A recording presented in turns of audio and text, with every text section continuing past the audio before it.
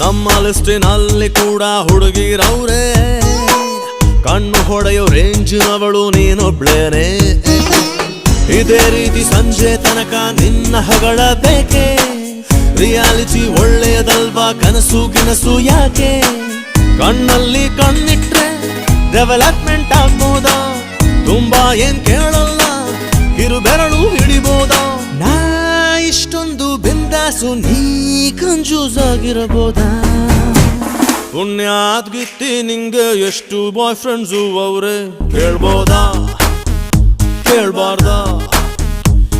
ಇಷ್ಟು ದಿವಸ ಎಲ್ಲಿ ಇದ್ದೆ, ಎಲ್ಲಿಂದ ಬಂದೆ, ಕೇಳ್ಬೋದ?